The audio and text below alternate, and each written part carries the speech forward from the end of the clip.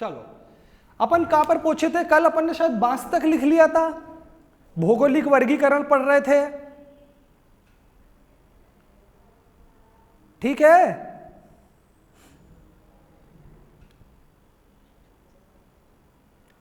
तो बांस कर लिए थे अपन ने, बांस का हो गया था ना।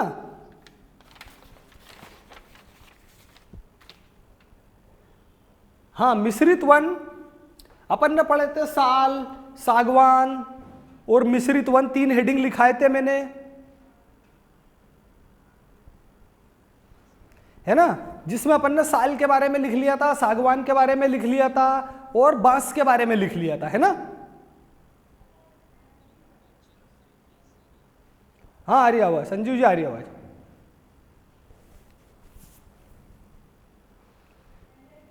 ठीक है ना, अरे जब बोलो, है ना, अपन ने पढ़ लिया था, ठीक है। अब देखो साल और सागवान में एक चीज और छोटी सी याद रखना, दोनों को क्या बोला जाता है? मध्य प्रदेश का गौरव। दोनों में ये लाइन नोट और कर लो, साल को क्या बोला जाता है? मध्य प्रदेश का गौरव, और सागवान को भी क्या बोला जाता है? मध्य प्रदेश का गौरव। ये लाइन भी दोनों में नोट करना, दोनों क्या है? मध्य प्रदेश के गौरव है, ठीक है ना। चलो अब अपन पढ़ते हैं अगले में, लिखो लाख। लाख, लाख समझते हो आप क्या होता है? वो कड़े वगैरह बनते हैं, महिलाएं पहनती है जिसे, हाँ चूड़ी कड़े बनते हैं लाख के। तो मध्य प्रदेश में भी काफी मात्रा में लाख का प्रोडक्शन होता है। इसमें 2 छोटी छोटी लाइनें लिख लो। इसमें देखो पहले नंबर पर आता है हमेशा बिहार। यदि तुम 10 साल का भी रिकॉर्ड देखोगे तो नंबर 1 पर कौन है? बिहार। और नंबर 2 पर मध्य प्रदेश। ये लगभग 10 साल से दोनों ने अपना स्टेटस मेंटेन करके रखा हुआ है। बिहार नंबर 2 पर नहीं आया, मध्य प्रदेश नंबर 1 पर नहीं पहुंच पाया। तो लाख के उत्पादन में मध्य प्रदेश का स्थान क्या है? दूसरा। ये पहली लाइन नोट करो, बहुत इंपॉर्टेंट। लिखो यह कुसुम, या ऐसा लिखो, यह पेड़ों से प्राप्त किया जाता है, पेड़ों से प्राप्त किया जाता है। लिखो इसका उपयोग चूड़े, महिलाओं के चूड़े, हाथ में पहनने के लिए चूड़े होते हैं, चूड़े बनाने में, सजावटी सामान, सजावटी सामान आदि में किया जाता है। अब देखो ये मिलता कहां पर है? शहडोल, मंडला, लिख लो शहडोल, मंडला, पन्ना, शहडोल, मंडला, पन्ना, शिवपुरी, दतिया। ठीक है, यहां तक थोड़ा फास्ट करो। हाँ आज कोशिश करेंगे खत्म हो जाए फॉरेस्ट, ठीक है। अब अच्छा बताओ इसमें इंपॉर्टेंट बात क्या है? लाख में से परीक्षा में क्या आ सकता है मेजर चीज? जल्दी बोलो क्या? लाख में से आईएमपी बात क्या है? एरिया नहीं, मध्य प्रदेश की पोजीशन, कि मध्य प्रदेश का लाख के उत्पादन में कौन सा स्थान है। ये सबसे इंपॉर्टेंट लाइन है और हर चैप्टर में रहती है। मध्य प्रदेश की पोजीशन किसी भी चीज में बिल्कुल ध्यान रखना। यदि टॉप 5 में हो, 1 से 5 के बीच में हो, या 1 to 5 तो क्या 1 to 10 भी हो, 8वां नंबर हो, 9वां हो, 10वां हो, तो भी काम का है परीक्षा में। तो सबसे इंपॉर्टेंट लाइन है कहा क्या इसकी, कि देश में दूसरे स्थान पर, इसीलिए पिछले 10 साल से मेंटेन कर रखा है अपन ने इस चीज को। तो चलो अब लाख के बाद आओ खैर। हाँ क्या लाख का? बोलो जल्दी। हाँ जरूरी, इतना कोई आपने को आता नहीं है, चाहो तो लिख लो। उमरिया में लाख का सरकारी कारखाना है, उमरिया। ये वैसे क्या अपन उद्योग में कर लेते थे, यहां पर भी लिख सकते हैं, कोई बात नहीं है, लिख लो उमरिया में लाख का सरकारी कारखाना है। पोजीशन ध्यान रखना, मेन तो वो है। अब लिखो खैर। खैर छोटे छोटे ही टॉपिक है, थोड़ा फास्ट कर लो। खैर समझते हो, आपने पान खाया होगा, कत्था। तो जो खैर की लकड़ी से क्या बनता है? कत्था। खैर की लकड़ी से क्या बनाया जाता है? कत्था। और बनाने वाली जाति कौन सी है? खैराव, खैरवा। खैरवा जनजाति अपन ने पढ़ी थी, ट्राइब में मैंने बताया था। ये लोग पैतृक रूप से क्या करते हैं, खेर की लकड़ी से क्या बनाते हैं, कत्था। तो नोट कर लो। और ध्यान रखना, वैसे खेर का कोई पर्टिकुलर एरिया नहीं है, बहुत बड़े लेवल पे पाया जाता है मध्य प्रदेश में, बहुत सारी जगह पे। लिखो, यह संपूर्ण मध्य प्रदेश में पाया जाता है। लिखो, परंतु प्रमुख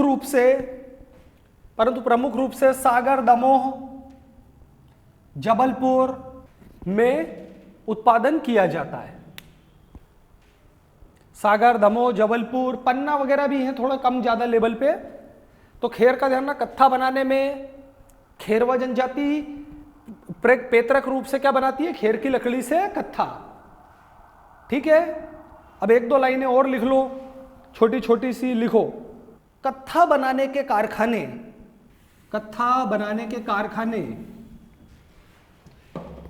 रीवा,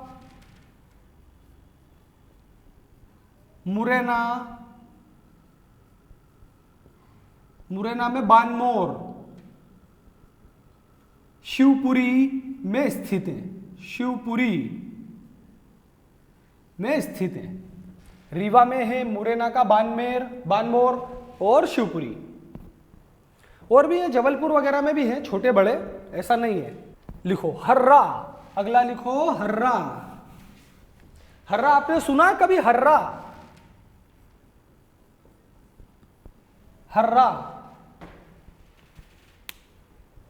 ये एक औषधि है, बच्चों को भी देते हैं।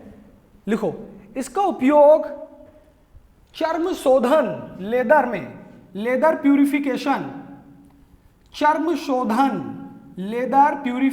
में किया जाता है। देखो, हर्रा सबसे अधिक बालाघाट में पाया जाता है। मध्य प्रदेश में हाईएस्ट हर्रा कहां पर मिलेगा, बालाघाट। फिर इसके आसपास के जिले आप समझ ही गए होंगे, कल भी अपन ने इसी बात करी थी कि बालाघाट में मिल रहा है तो आसपास के जिलों में भी पर्याप्त मात्रा में मिलता है, जैसे छिंदवाड़ा, सिवनी। हाँ लिखी ले, प्रमुख रूप से बालाघाट लिखो, फिर छिंदवाड़ा, सिवनी, श्योपुर, सतना, पन्ना। ये वैसे आपने देखा होगा, ब्लैक कलर का रहता है, बच्चों को भी दिया जाता है खाने में। ठीक है ना भाई, इसमें ये लाइन है ना, प्रमुख रूप से हर्रा का मिलता है बालाघाट। अब आओ अगली इंपॉर्टेंट चीज, गोंद समझते हो आप क्या होती है गोंद? व्हाट गोंद? हाँ, पेड़ों से आपने कई बार देखा होगा चिपचिपा सफेद कलर का पदार्थ निकलता रहता है, ट्रांसपेरेंट, नॉट सफेद। तो वो जमकर क्या होता है, सूख कर ठोस हो जाता है, तो उसी को क्या बोलते हैं, गोंद। तुमको एक छोटी सी बात बताता हूं, तुमने कभी कोल्ड ड्रिंक देखे होंगे, पेप्सी वगैरह, ये वो है कि नहीं? तो ये सालों तक पड़े रहते हैं। मान लीजिए ये पेप्सी की बोतल है, आपने इसको पटक के रख दिया, 1 साल बाद भी देखोगे तो इसमें नीचे कोई भी चीज जमती नहीं है। देखो, पानी के अंदर आप कुछ भी घोलो और 1 साल के लिए रख दोगे तो क्या होगा, उसमें जो भी चीज घोली गई है वो नीचे बैठ जाएगी तली में। कोल्ड ड्रिंक कभी नहीं मिलते। कोल्ड ड्रिंक की बोतल 10 साल भी रखी रहेगी ना, तो ऊपर से नीचे तक पूरी उसमें जितनी भी चीजें डाली है वो सब घुली घुलाई रहेगी, नीचे कभी नहीं बैठेगी। तो उसका सीक्रेट क्या है मालूम है, गोंद।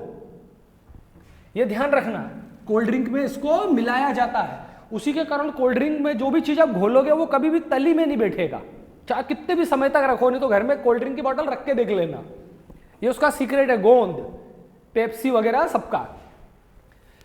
चलो अब अपन लिख लेते हैं, मध्य प्रदेश में प्रमुख रूप से बबूल, सैनगिल और धावड़ा या धावड़ गोंद पाई जाती। बबूल, सैनगिल और धावड़ या धावड़ा, देखो ये पेड़ के नाम पर ही है।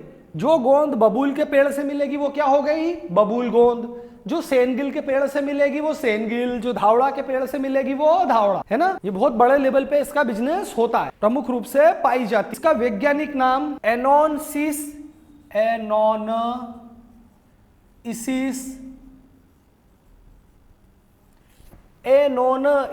लटीभोलिया है। एनोनइसिस लटीभोलिया है। बस इतना ही बहुत। अब गोंद के देखो कई यूज हैं, उद्योगों में भी काम में आती है और खाने के भी। चाहो तो लिख लो, गोंद का प्रयोग उद्योगों में तथा खाने में प्रयुक्त की जाती। अब नेक्स्ट लिखो महुआ।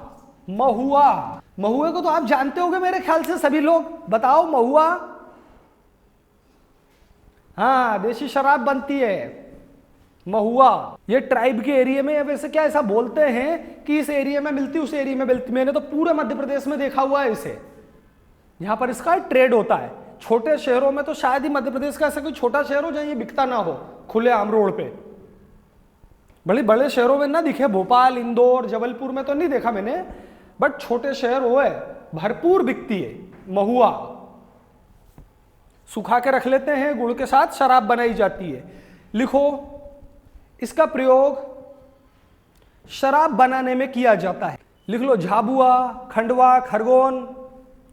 खंडवा लिख लो, झाबुआ, खंडवा, सागर इत्यादि क्षेत्रों में पाया जाता है। वैसे होल एमपी है ये, आराम से इसका पेड़ अपन मध्य प्रदेश में कहीं पर भी लगा सकते हैं। महुए के बाद लिख लो भिलाला। भिलाला, तो देखो शब्द होता है भिलावा। भिलावा किसका नाम है? पेड़ का। और भिलाला किसका नाम है? फल का। भिलावा के पेड़ के ऊपर जो फल लगता है वो क्या कहलाता है? भिलाला। तो लिख लो, भिलावा पेड़ का फल भिलाला कहलाता है। भिलाला अपने यहां ट्राइब भी है ना, भीलों की उपजाति। लिखो, इसका कारखाना छिंदवाड़ा में स्थित है। इसका कारखाना छिंदवाड़ा में स्थित है।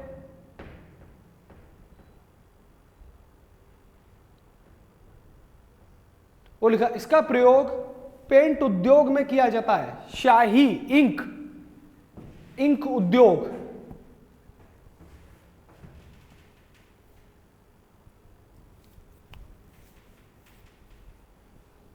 अपन ने तेंदुपत्ता पढ़ा है कि नहीं? तेंदुपत्ता बोले थे, और तेंदुपत्ता कैसे छूट गया? सबसे पहले तो वही लिखना था। लिखो तेंदुपत्ता। अच्छा, पहले आप बताओ तेंदुपत्ते के बारे में क्या क्या जानकारी? हाँ, बीड़ी। दुनिया की शायद ऐसी कोई बीड़ी नहीं होगी जो तेंदुपत्ते के बिना बन जाए, है ना। और क्या क्या? चलो, बीड़ी बनती है, बिल्कुल राइट है। हाँ, और सही है, मध्य प्रदेश भारत का सबसे बड़ा उत्पादक है सदियों से। ये पोजीशन आज तक कोई नहीं छीन पाया अपनी। हाँ, 60% प्रोडक्शन होता है। हाँ, 260 जो है बीड़ी के कारखाने अलग अलग जगहों पर, ये भी राइट है, सही है। लिखो, तेंदुपत्ते में मध्य प्रदेश का एकाधिकार है, मोनोपोली है। देश का 60% तेंदुपत्ता मध्य प्रदेश में पाया जाता है। आपने क्या बहुत छोटी छोटी बातें बताई, कुछ अच्छे फैक्ट भी बताए कि 60% होता है, तेंदुपत्ते से बीड़ी बनती है ना। थोड़ा मैं और चाह रहा था इसके आगे आप बताते। देश का काय का कारखाना? बीड़ी बनाने का? अरे और भी है बहुत सारे, वो अपन करते हैं। क्या बीड़ी बनाने का बात सही है? सागर में भी है, शहडोल में भी है, जबलपुर में भी है। इसके ऊपर यदि मैं स्टोरी सुनाऊं ना जबलपुर के कारखानों पर, तो शोले फिल्म से भी रिलेटेड आ जाएगी, पर अभी टाइम नहीं है, छोड़ो। हाँ, अपन बात करते हैं शोले फिल्म का, बीड़ी का और जबलपुर का, तीनों का आपस में कनेक्शन है, पर अभी छोड़ो, अपन बाद में बात करेंगे। तेंदुपत्ता 60% हो गया, मोनोपाली हो गई।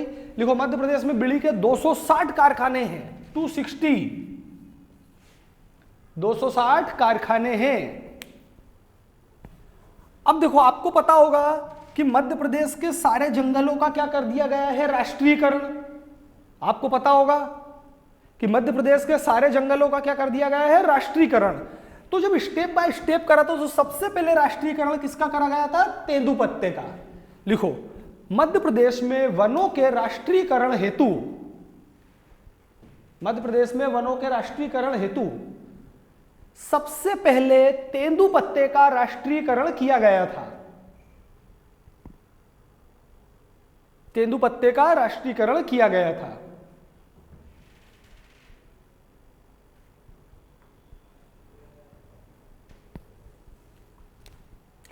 अब लिखो 1988 में तेंदुपत्ता नीति बनाई गई। 1988 में तेंदुपत्ता नीति बनाई गई और बिचौलियों को समाप्त कर दिया गया। बिचौलिए समझते हो आप? Agent, trader. बिचौलियों को समाप्त कर दिया गया। मतलब इसके अंदर आप एज ए ट्रेडिंग नहीं कर सकते। यदि करेंगे तो सरकार क्राइम मानेगी। किसान किसको बेचेंगे या कहें मजदूर किसको बेचेंगे? सीधा कंज्यूमर के पास, दुकानदारों के पास। बिचौलियों को समाप्त कर दिया गया। और लिखो वर्तमान में तेंदुपत्ता नीति 2004 लागू है। वर्तमान में तेंदुपत्ता नीति 2004 लागू है। इसके अनुसार आप कार्य कर सकते हैं।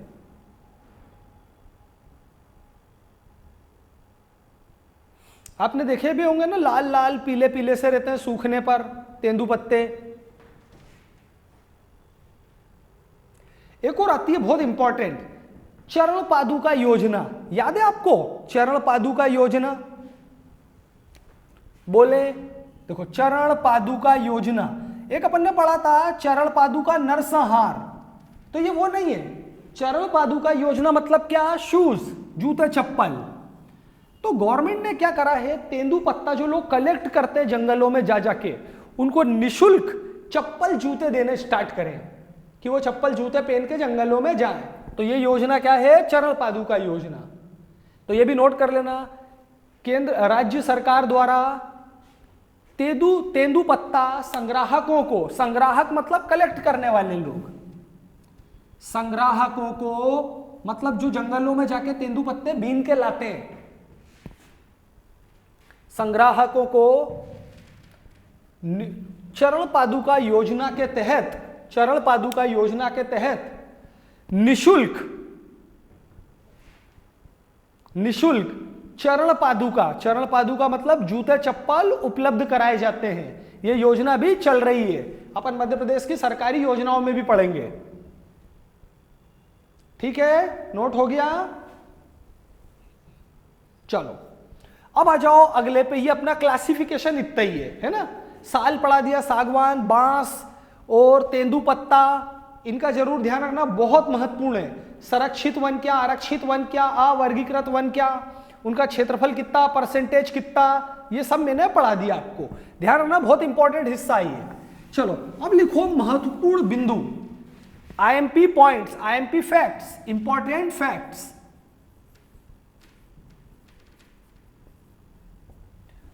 अब देखो आपका जो जंगल वाला, वन वाला पोर्शन है, इसमें से अपन ने जो अभी पढ़ा क्लासिफिकेशन, इससे 20 to 30% क्वेश्चन तुम्हारे वन से संबंधित कवर होते हैं। अब अपन ये जो जा रहे हैं, तो ये मान के चलना 60 to 70% क्वेश्चन यहीं से आएंगे वन के। ढेर सारे फैक्ट्स और इसमें काफी कुछ करंट भी कवर हो जाएगा, है ना? यहां का ये इंपॉर्टेंट फैक्ट्स जो है, अब मैं इसलिए क्या एक अलग से हेडिंग बनाया इंपॉर्टेंट फैक्ट्स का, क्योंकि कई बातें हैं छोटी छोटी, वन लाइनर, टू लाइनर है, मैं उनकी डिटेल यहां नहीं डिस्कस कर सकता आपसे, तो मैंने उनको शॉर्ट में लिखवा दिया वन में। तो आप ध्यान रखना, इसमें काफी सारे फैक्ट्स आएंगे और सब आपको रट के जाना है। 100% ऐसे के ऐसे एग्जाम में पूछे जा सकते हैं आपसे, और इवन किसी भी एग्जाम में, एमपी की कोई सी भी एग्जाम में, है ना? ये ध्यान रखना। चलो अपन अब फैक्ट्स लिखना स्टार्ट करते हैं। महत्वपूर्ण बिंदु में लिखो, पहला लिखो, वन संपदा दो प्रकार की होती है। वन संपदा दो प्रकार की होती है। अब वन संपदा तो मेरे ख्याल से आप समझते होंगे, वन संपदा मतलब क्या? वन तो जंगल, और संपदा मतलब क्या? असेट। तो वनों से मिलने वाली संपत्ति वो क्या कहलाती है? वन संपदा। ये दो प्रकार की है, मुख्य संपदा और दूसरी गौण संपदा।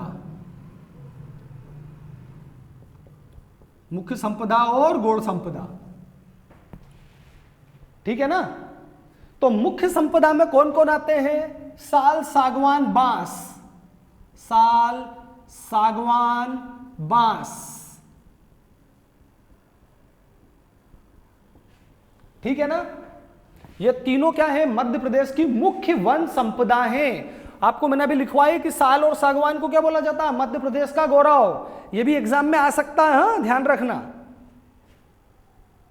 ये तीनों मध्य प्रदेश की मुख्य संपदा है। अब गौड़ संपदा क्या? अपन ने अभी जो लिखे, हर्रा, लाख, तेंदुपत्ता,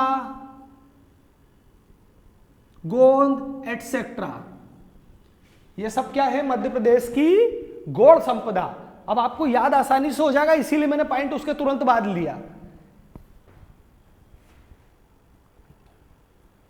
आप समझते हो साल सागवान जैसी कीमती लकड़ी अपने पास अवेलेबल है, और भारत की सबसे ज्यादा, वो भी।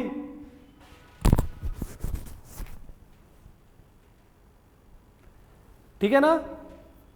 तो मुख्य संपदा में ये नाम याद रखना। साल सागवान के बारे में डेटा तो मैं आपको लिखवा चुका हूं।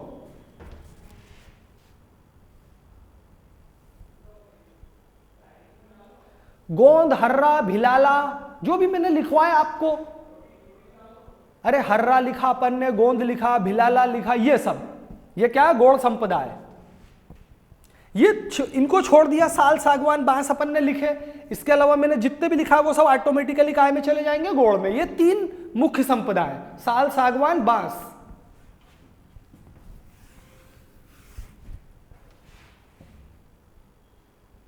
लिखो, मध्य प्रदेश के वनों का कार्बन स्टॉक, मध्य प्रदेश के वनों का carbon stock million 588.73 million ton है। ये ऐसा का ऐसा क्वेश्चन आ सकता है एग्जाम में। मध्य प्रदेश के वनों का कार्बन स्टॉक 588.73 मिलियन टन है, जो देश का 8.26% है।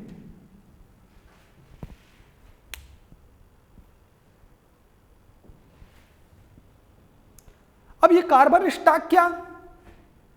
तो देखो, मान लीजिए अपन मध्य प्रदेश के सारे वनों को समाप्त कर दें और कार्बन में बदल दें, तो कितना कार्बन कन्वर्ट हो जाएगा? 588.73 मिलियन टन।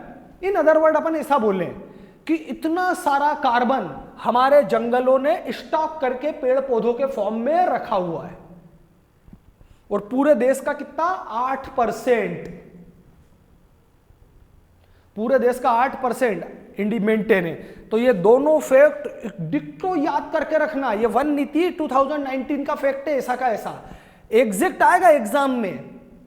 पॉइंट के बाद भी संख्याएं याद रखना। ऐसा नहीं कि आप 8 याद कर लो या 588 या इसको मर्जी से 590 कर दो, ऐसा मत करना, एग्जैक्ट याद रखना है। और कार्बन स्टॉक मतलब क्या? कि पूरे इंडिया में जितना कार्बन है उसको कन्वर्ट हो गया काय में? पेड़ पौधों के फॉर्म में।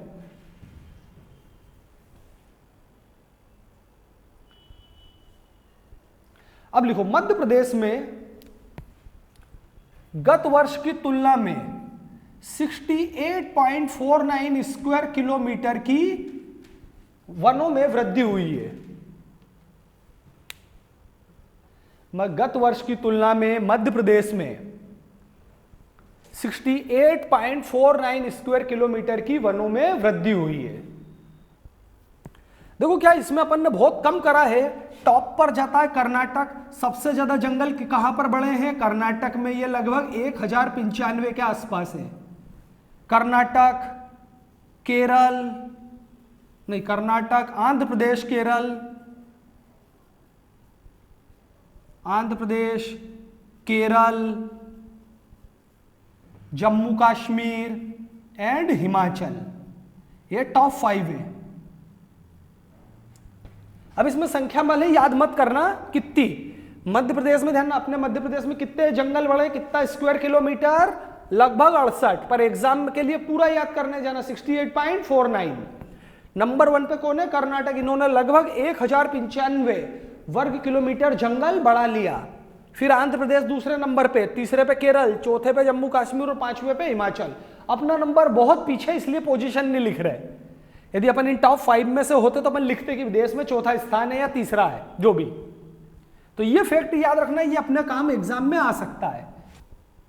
अब लिखो, वर्ष 2017-18 की रिपोर्ट के अनुसार 2017-18 की रिपोर्ट के अनुसार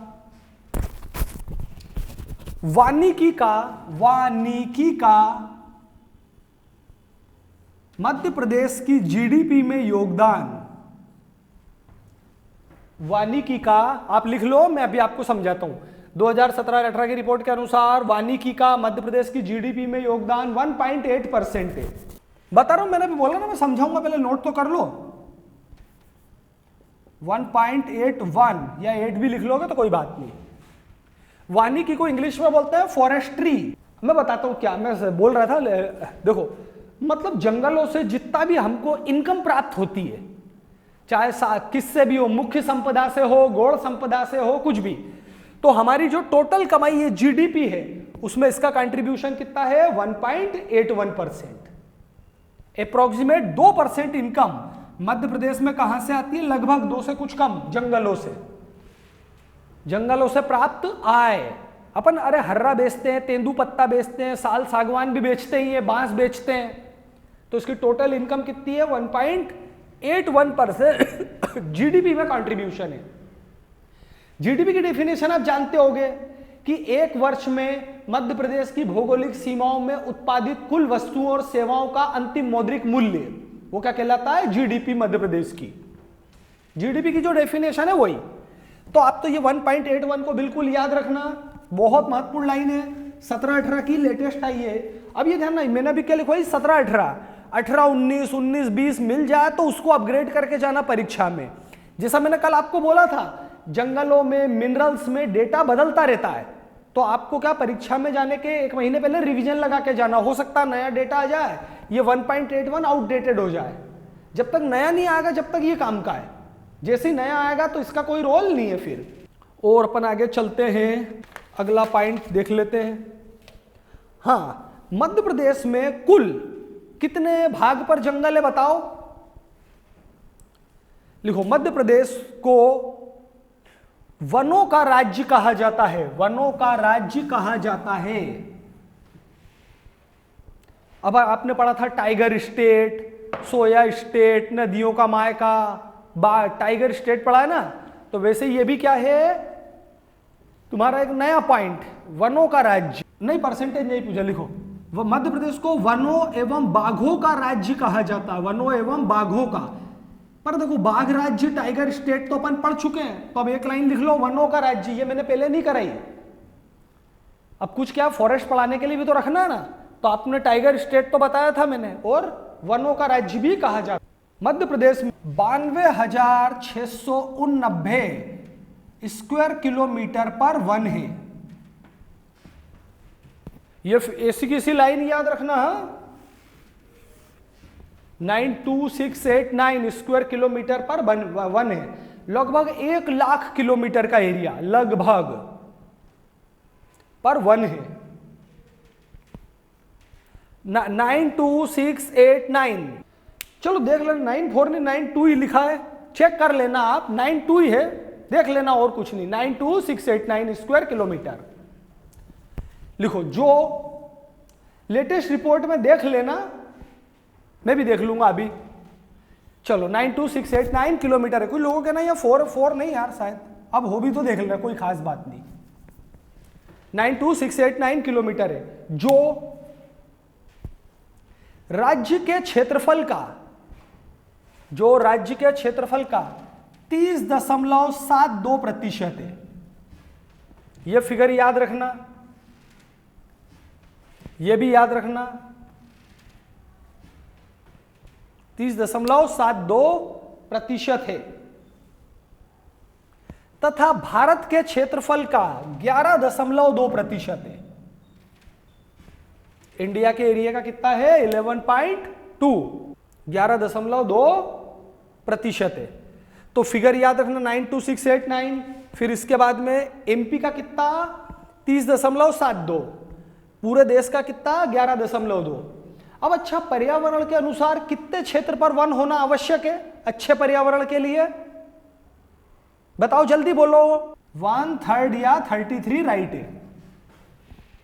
तो अपन अब थोड़ा सा ही पीछे आप देखें, और वैसे ध्यान ना, भारत में 16 राज्य ऐसे हैं जिनके पास में 1/3 या उससे ज्यादा एरिया जंगलों से ढका हुआ है। चाहो तो ये पॉइंट भी नोट कर लो कि भारत के 16 राज्य इस नॉर्म को कि 1/3 जो है जंगल होना चाहिए को फुलफिल करते हैं।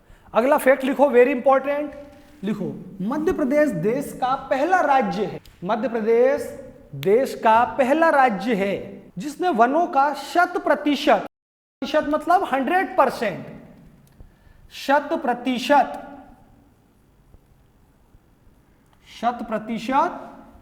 राष्ट्रीयकरण कर दिया है। 100% राष्ट्रीयकरण कर दिया है। अच्छा, किस सन में करा था? यह बहुत महत्वपूर्ण लाइन है, बताओ जल्दी बोलो। 1970, बिल्कुल राइट। 1970 में राष्ट्रीयकरण कर दिया गया है। यह नोट रखना, ईयर भी याद रखना। 1970 में ही हमने क्या करा, इसका राष्ट्रीयकरण कर दिया है। अप्रोक्सीमेट कितने हो गए? 51 साल हो गए। मतलब क्या राष्ट्रीयकरण का? कि सारे वन अब राजकीय संपत्ति हैं, मध्य प्रदेश के सारे वन। और यह लाइन बेहद महत्वपूर्ण है कि भारत का सबसे पहला राज्य है कि नहीं, इसलिए बहुत वेटेज हो जाता है। अब अच्छा, सबसे ज्यादा वन वाला जिला कौन सा है? जहां पर सबसे ज्यादा वन है, कौन से जिले में सबसे ज्यादा वन पाए जाते हैं? जल्दी बोलो। बालाघाट, बिल्कुल राइट। लिखो मध्य प्रदेश के क्षेत्रफल तथा प्रतिशत दोनों आधार पर, मध्य प्रदेश के क्षेत्रफल तथा प्रतिशत दोनों आधार पर सर्वाधिक वन वाला जिला क्या है? बालाघाट। ये ऐसा जिला है जहां पर एरिया वाइज भी सबसे ज्यादा क्या है? जंगल है। और परसेंटेज के आधार पर गिनेंगे तो भी क्या मिलेगा? बालाघाट ही मिलेगा। एरिया भी लिख ही लेते हैं, वैसे कम चांसेस हैं। 4932 और 53%, 53.44।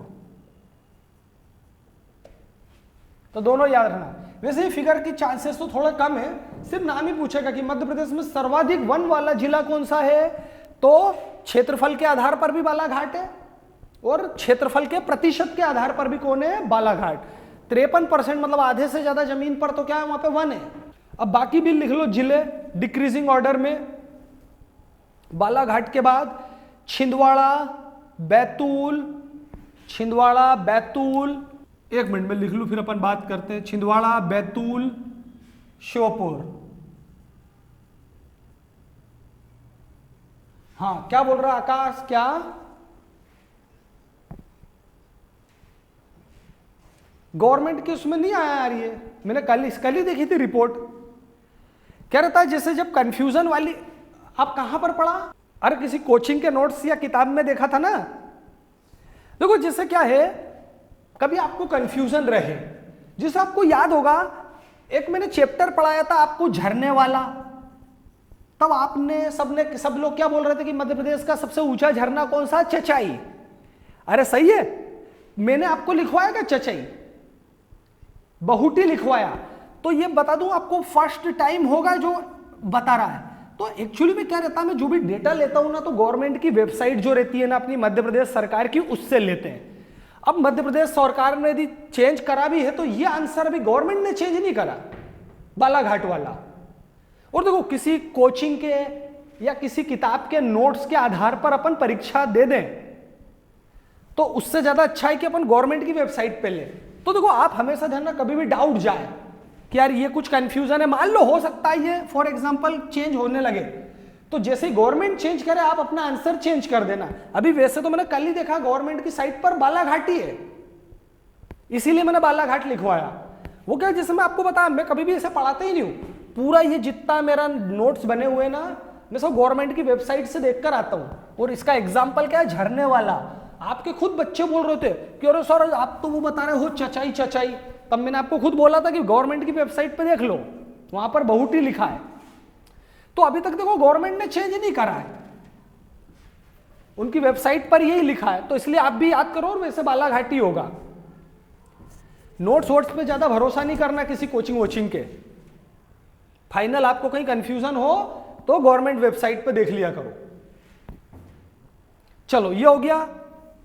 चलो अब लिखो दूसरा पॉइंट, सबसे कम वन क्षेत्रफल वाला जिला, सबसे कम कौन सा है बताओ? यहां सबसे कम जंगल है। क्षेत्रफल और प्रतिशत दोनों के आधार पर उज्जैन, इसमें भी इसीलिए मैंने दोनों पॉइंट एक साथ लिखा है। क्षेत्रफल के आधार पर भी सबसे कम जंगल कहां पर है? उज्जैन में। और प्रतिशत के आधार पर भी सबसे कम जंगल कहां पर है? उज्जैन में। इसीलिए मैंने दोनों पॉइंट एक साथ करा दिए, प्रतिशत और एरिया दोनों में बालाघाट, ज्यादा में बालाघाट, कम में उज्जैन। ठीक है, चलो अब लिखो राज्य का सबसे बड़ा वन वृत्त। अच्छा एक काम करो, ये नहीं लिखो, मध्य प्रदेश में कुल 16 वन वृत्त हैं, कुल 16 वन वृत्त हैं। अब यहां पर प्रश्न होता है वन वृत्त क्या? आपको कुछ आइडिया बताओ, वन वृत्त क्या? फॉरेस्ट सर्कल, संभालने के आधार पर। देखो वन वृत्त का मीनिंग क्या, तो आप इसको ढूंढने मत जाना। गवर्नमेंट ने उनको प्रोटेक्ट करने के लिए, अपने एडमिनिस्ट्रेशन को प्रॉपर वे में चलाने के लिए क्या नाम दे रखे हैं? वन वृत्त। तो व्हाट इज वन वृत्त, इसके चक्कर में आप मत फंसना। ये अपना नहीं, ये किनका काम हो जाएगा? वन विभाग वालों का, क्योंकि उनको वहां का प्रशासन संभालना है, अलग अलग परिस्थितियां हैं, तो उस हिसाब से बस आप ये फिगर ध्यान रखना, कितने हैं? 16। यह महत्वपूर्ण है, लिखो। तथा 63 वन मंडल हैं, वन मंडल हैं 63। अब देखना, आप जैसे बोल रहे थे ना, इसमें भी बहुत जगह पर ये फिगर अलग अलग लिखा है, कहीं 64 लिखा है, कहीं 62, कहीं कुछ कहीं कुछ। अपनी गवर्नमेंट ने 63 लिखा है रिपोर्ट के अनुसार, इसीलिए मैंने आपको लिखवाया। सब कल ही मैंने पढ़े थे, अपग्रेड करे तो मैंने कहा कुछ बदल नहीं जाए, तो वही पुराना ज्यादातर डेटा कोई चेंज नहीं हुआ है। सिर्फ मैंने वो आपको बताया था ना, कार्बन स्टॉक वाला वो बदला है, वो अपग्रेड करा मैंने कल ही, और नए प्रिंट निकाले, नहीं तो ये सब पुराना ही चल रहा है अभी। चलो, और 63 वन मंडल है। अब देखो, वन वृत्त को ही काय में बांटा हुआ है? वन मंडल का। अब इसके आगे भी और रहते हैं, उपवन मंडल, ये वो, तो उससे अपने को मतलब नहीं है, बस ये 16 और 63 दोनों याद रखना। अब अगला पॉइंट लिखो, इंपॉर्टेंट लिखो, राज्य का सबसे बड़ा वन वृत्त खंडवा है। राज्य का सबसे बड़ा वन वृत्त खंडवा है, और सबसे छोटा होशंगाबाद। सबसे बड़ा खंडवा है, सबसे छोटा होशंगाबाद है। अब लिखो अगला पॉइंट, मध्य प्रदेश में सबसे अधिक आरक्षित वन, सबसे अधिक आरक्षित वन खंडवा वन मंडल वन वृत्त में है। मध्य प्रदेश में सबसे अधिक आरक्षित वन खंडवा वन वृत्त में है। सबसे अधिक, अधिक ही बोला ना मैंने, कम तो नहीं बोल गया क्या? यस, सबसे अधिक आरक्षित वन, हाँ अधिक ही बोला है। और सबसे कम उज्जैन में, ज्यादा में कौन सा? खंडवा, कम में उज्जैन। ये लाइन ध्यान रखना, बेहद महत्वपूर्ण है परीक्षा में, कि सबसे ज्यादा आरक्षित वन कहां पर है, तो वो उस वन वृत्त का नाम है खंडवा। सबसे कम कहां पर है? उसका नाम है उज्जैन। कल अपन ने पढ़ा था आरक्षित, मैंने बताया है जहां पर सभी तरह की एक्टिविटी बंद होती है। अरे रिजर्व्ड कल पढ़ाया था तुमने। कौन विजय बोल रहा है, कौन बोल रहा है? अरे मैं कौन, नाम तो रितेश डियर, कल का लेक्चर नहीं देखा था क्या?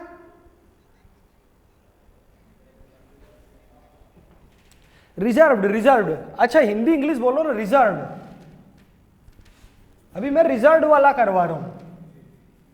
तो हाईएस्ट कहां पर है? खंडवा। लोएस्ट कहां पर है? उज्जैन। रिजर्व्ड की बात है। अच्छा ऐसा बोलो। अब अगला पॉइंट लिखो, मध्य प्रदेश में सबसे ज्यादा संरक्षित वन, संरक्षित कंजर्व, सबसे ज्यादा संरक्षित वन कहां पर है? इंदौर में।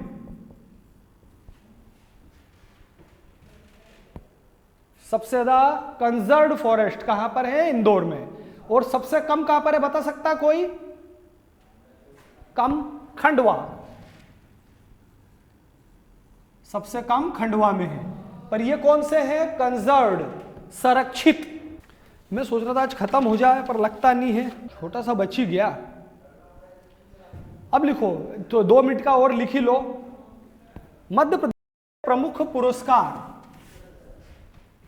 वन पुरस्कार। पहले लिखो अमृता देवी पुरस्कार,